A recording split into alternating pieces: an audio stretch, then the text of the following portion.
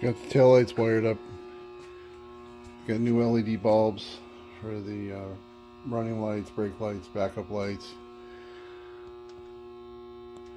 So I got all the wiring done back here. Still got the battery on. I just put the battery back on charge. I don't think may have an issue there, I'm not sure. So I'm just kind of getting the wiring on the tunnel and the console not buttoned up, but just I need to get the console on there so I know how much room, if I have room for all the wiring, how I can route the wiring, if they need to change something about the wiring. I got the emergency fuel pump cut off there, and then the relays for the cooling fan, fuel pump, the Holly, and the transmission cooler mounted there. Some main battery power lugs for any extra things, a negative.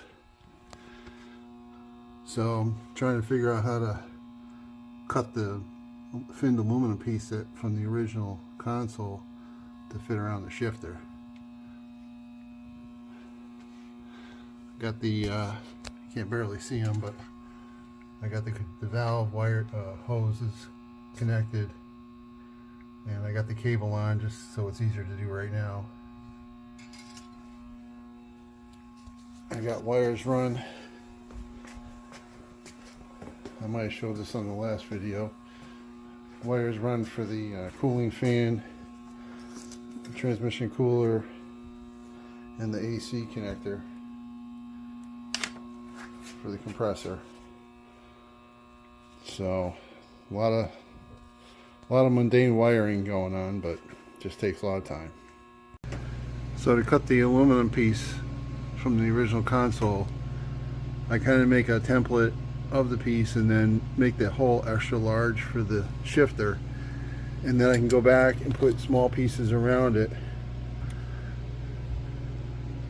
just an approximation, just so I can get a hole that'll just fit over it, and then I can fine tune it. I got the AC heater box wired up, and it's wired to the compressor, and the fan is working. It's low, medium, it's high. And I think when this lever is triggered, when you pull it's the temperature lever, that micro switch comes off, and then you keep going and it hits another micro switch. So I think instead of having a separate switch for the compressor, it just runs through these micro switches. So when you turn when you slide the slider over to, it must be off, it'll turn the AC on. Because this slider on top is that's just for the cable for the heater valve, and then this one is the only other cable, and it hooks right to this arm right here. So I think that maybe that's cool. I'm not sure what that must be a servo here for the damper motor, and it sends it down to heat. So, but at least the fan's working, the circuits are working, it's wired in. I'm trying to get the wires tidied up a little bit, so I'm working my way through all the harness and trying to get them hooked up. There's a left side directional and right side directional. Got running lights. Got brake lights. And we got backup lights.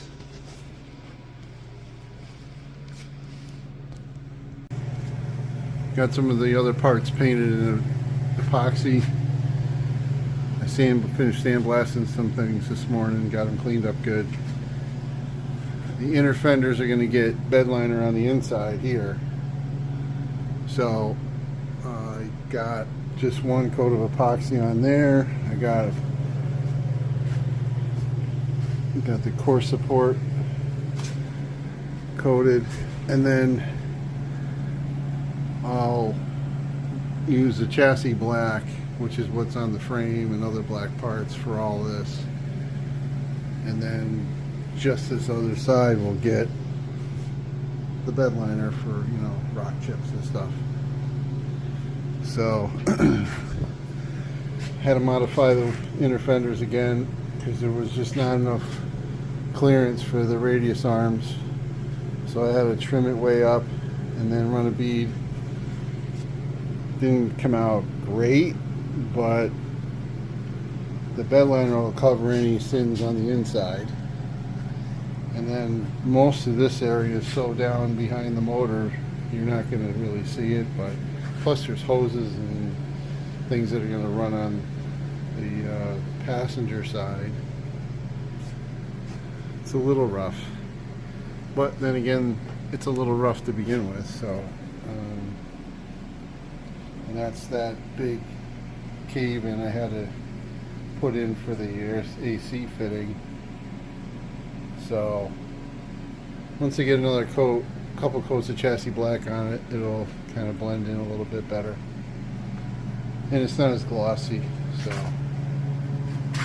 I mean, the core support is pretty rough. I mean, I sandblasted the best I could, but man, it's got some severe pitted rust. I mean, mostly where you can't see it, like the top here is in pretty good shape, and that's about the only part you can see. So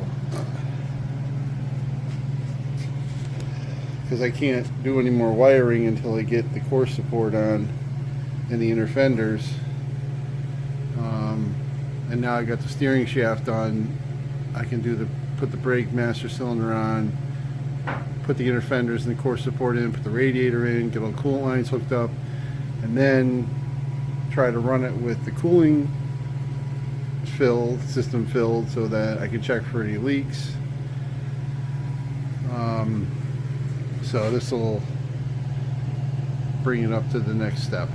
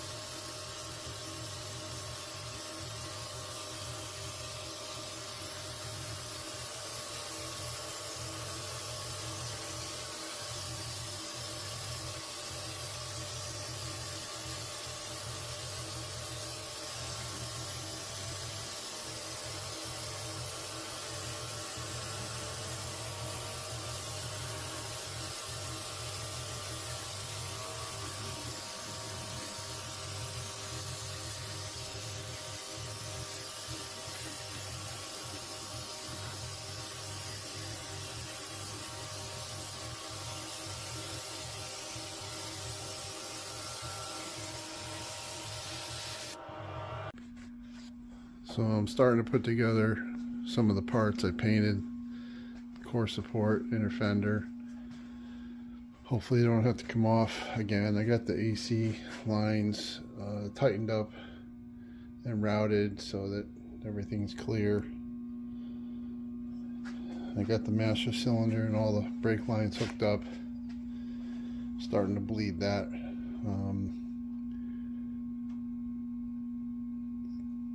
It's not really bleeding really well, so I'm gonna take the fittings, these small pieces off. I guess I'm gonna take those off because I was thinking I could just bleed it right through the proportioning valve. I had flipped these hoses up and into the reservoir, but it just wasn't really pumping, so not sure why. But I know a lot of times when it does have air in it, but it does have some fluid in it. I'm just letting it drain out now. I'm just going to drain it all out, and then I'm going to disconnect the fittings here and then just try just the master cylinder. Make sure that I get all the air out of that.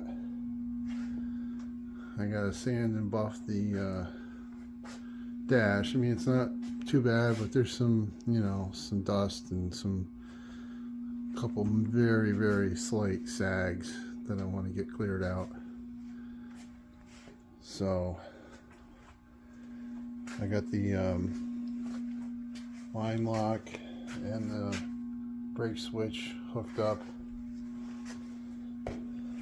I mean, this looks like a real mess, but all this goes to the front anyway, and that's why I really need to get the core support and all the, I want to get all the radiator hoses. I'm waiting on some clamps. Get all the hoses connected, make sure there's no radiator coolant leaks before I get too far ahead, and then you find out you got to tear something apart. So because I got tons of clamps, tons of hoses running everywhere. I got the three-way valve behind there with clamps, so I want to make sure all that stuff doesn't leak before I get the dash on and all that. So it's coming along. There's lots and lots of little detail things that I got to do, but just getting all that stuff painted. Plus I got all those small parts painted for the headlight buckets and all that. So I shouldn't really need to paint anything else. There might be a couple little straggler pieces, but that's no big deal. So I'll just keep at it.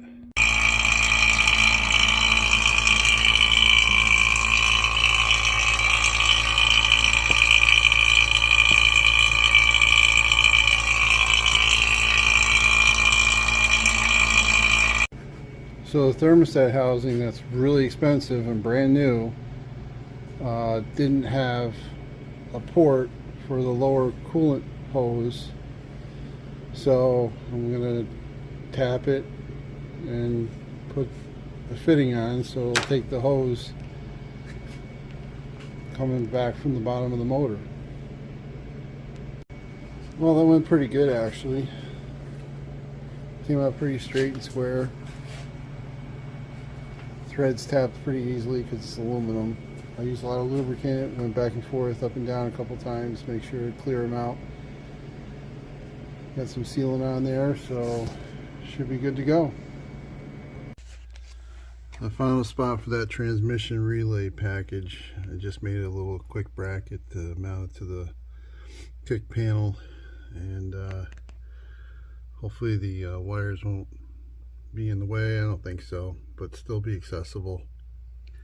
And I can route them up over the fan, and then down I've made up a grommet and blank off plate because there was already a hole in the transmission cover, so that runs down to the transmission. And then you got these wires and these wires that go to the torque converter switch and the trans brake switch and power and ground, and then there's a sensor for trans temperature and the pressure switch for the transmission. So those are the instructions. You see I added a grain for the temperature sensor on the trans. There was one on there, so I figured, well, I'll just hook it up and maybe I can read it with the Holly.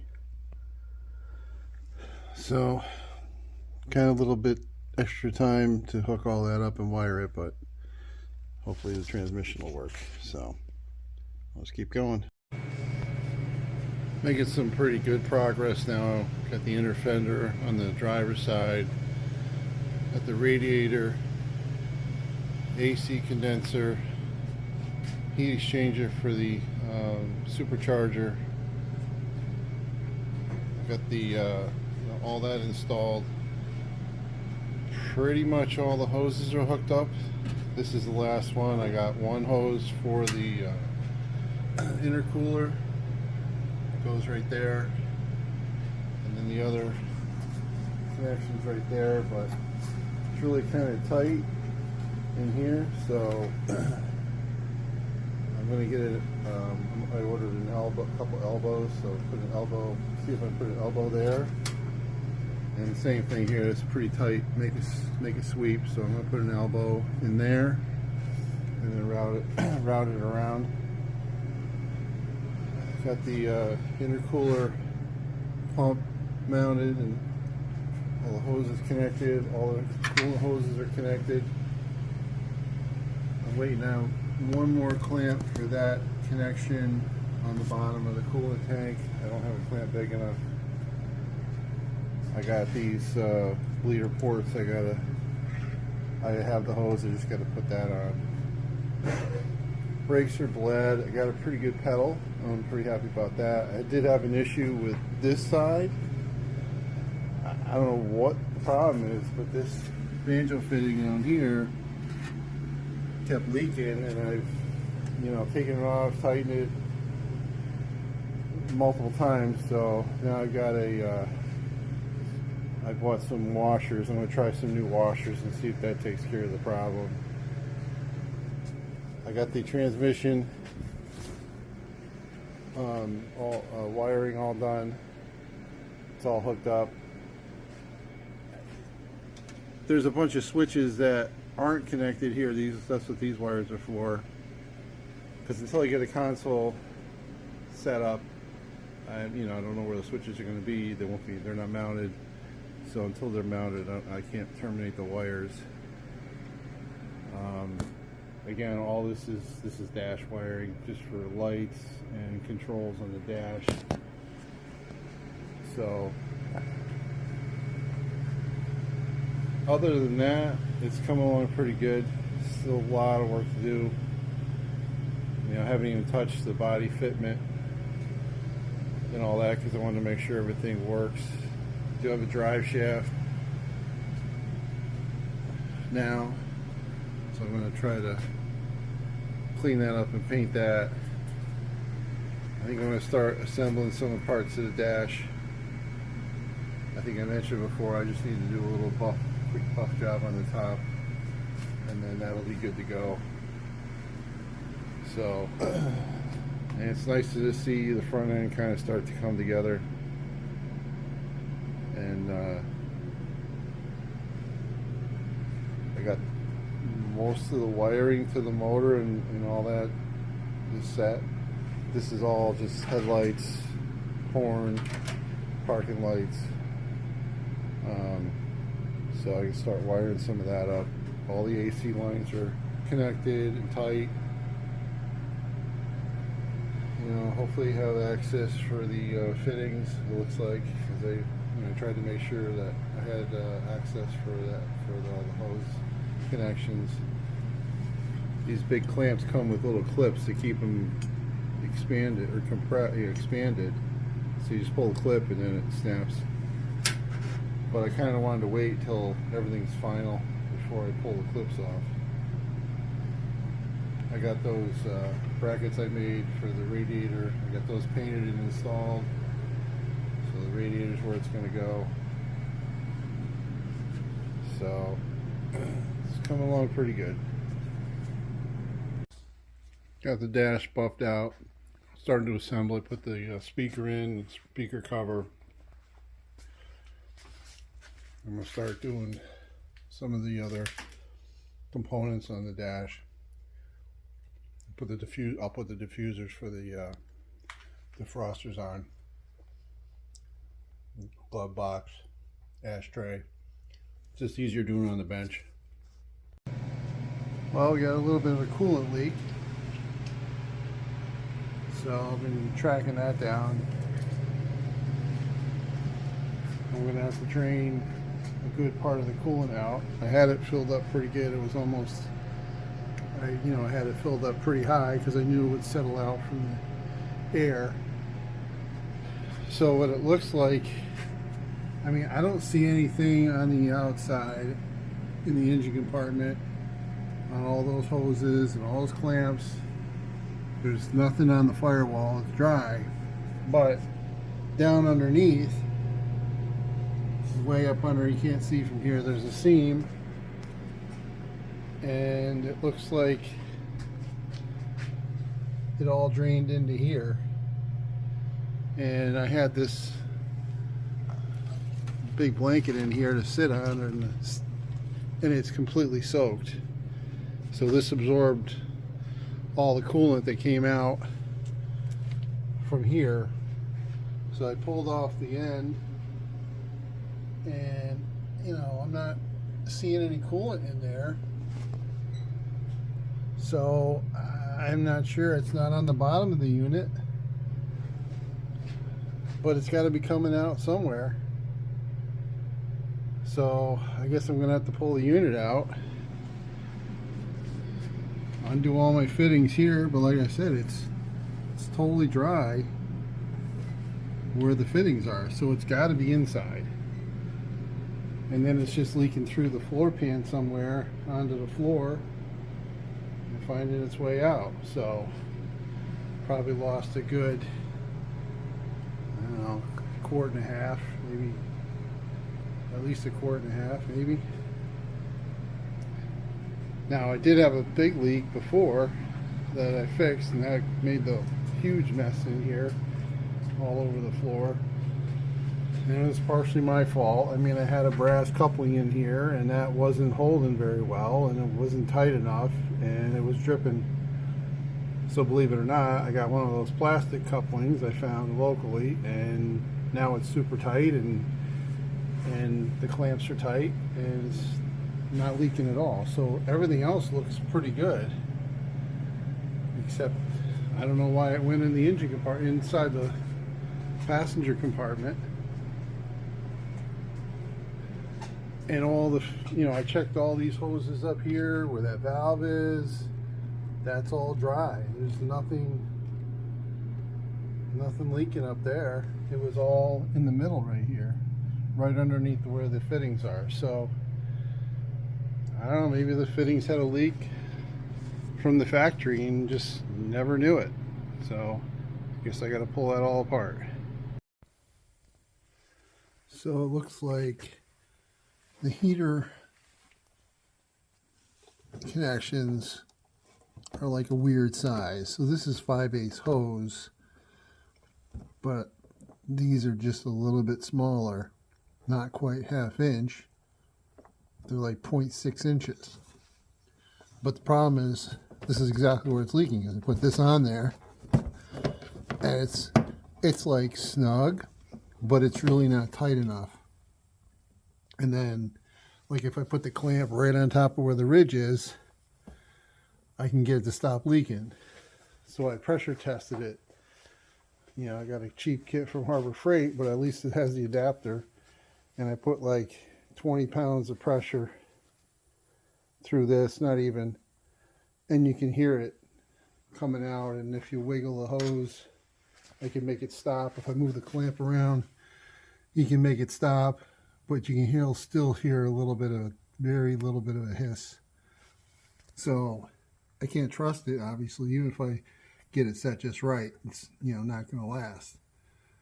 So I got to find another kind of hose connection, and then somehow, which sucks because I found these pieces that already had a pre-bent elbow, and it was perfect. And now that's going to screw the whole thing up. So But you know, I'm just glad it happened now. That's why I wanted to do this testing now before I got the dash in, because you know, I already had taken the heater out because I thought, well, maybe it's in there because it was leaking on the floor. And it wasn't that big a deal to pop the screws off and take it out. I mean, the fittings unscrew from the AC, it's not charged. So that's good that it's all, you know, readily accessible and nothing's like permanent as far as that's concerned.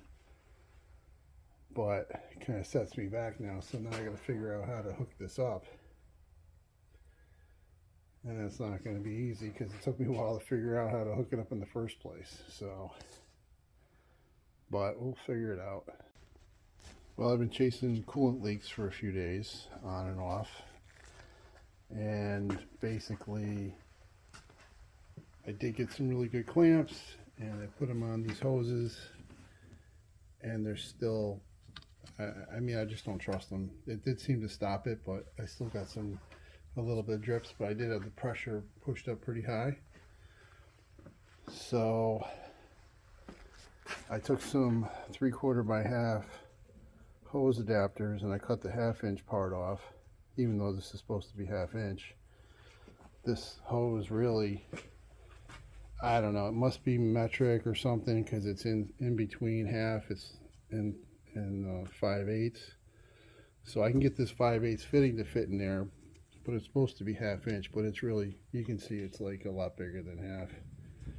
So you're never going to get it to seal on these copper fittings.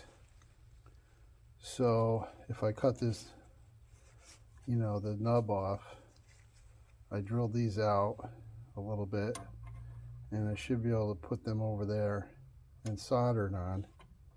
You know, I had to take the whole unit apart, but actually this one's not packaged, it's got clips and serviceable.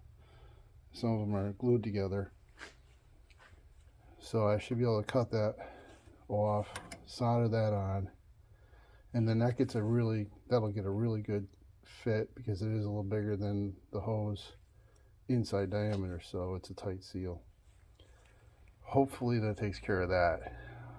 I do have a few other issues. Anywhere there was a metal fitting, like on that 4-way valve, I mean, they don't seem to leak, but when you push them around and, you know, the pressures, the pressure was up to like 20 psi. I know that's high, but I want to know if it's going to leak now, not down the road. So I think the spring clamps just aren't doing the job for metal. The plastic fittings I use, the elbows, it's perfect. I mean, there's no leaks and they're tight, so I'm pretty confident in those.